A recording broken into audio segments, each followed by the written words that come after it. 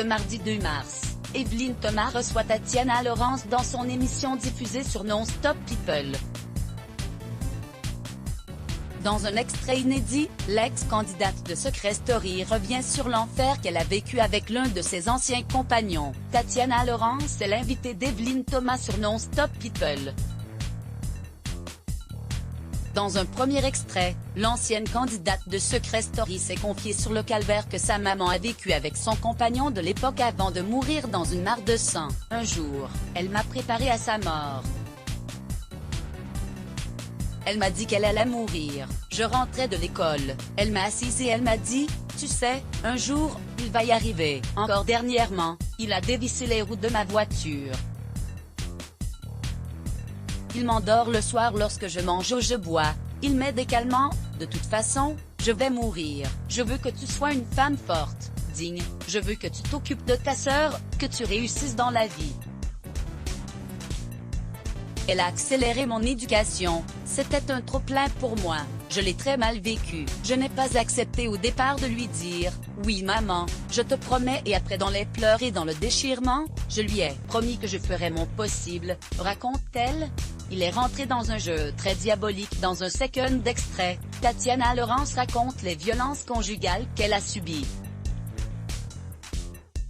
C'était bien avant sa grande histoire d'amour avec Xavier Delarue, qui s'est terminée en juillet 2020.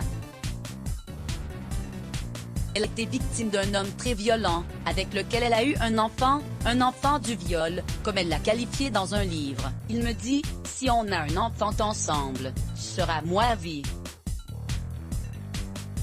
Je tombe enceinte. Je pars parce qu'il me surveillait énormément. J'avais parlé d'interruption de grossesse. Je vais à l'hôpital, il est dans le bus. Je vais pour faire mon IVG, il descend avec moi à l'arrêt, je remonte dans le bus d'après, je rentre avec lui et j'ai cet enfant, raconte-t-elle à Evelyne Thomas. De son accouchement, Tatiana Laurence n'en garde pas de bons souvenirs. En effet, elle le qualifie de torture. Il me frappait pendant l'accouchement, continue-t-elle. À quel moment a-t-elle dit stop?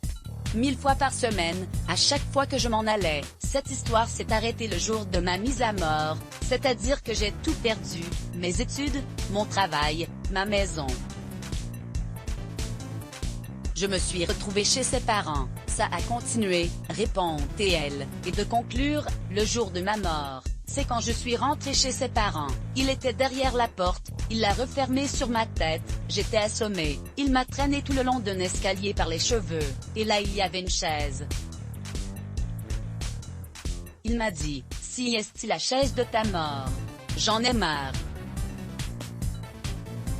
Ce soir, je me tue, je te tue, je tue notre enfant. Faut que ça cesse. Il est rentré dans un jeu très diabolique. Il a essayé de me tuer, mais il n'en avait pas le courage. Confidence exclusive. Ne pas reprendre sans citer Evelyne Thomas sur Non-Stop People, par Non-Stop People Télévision.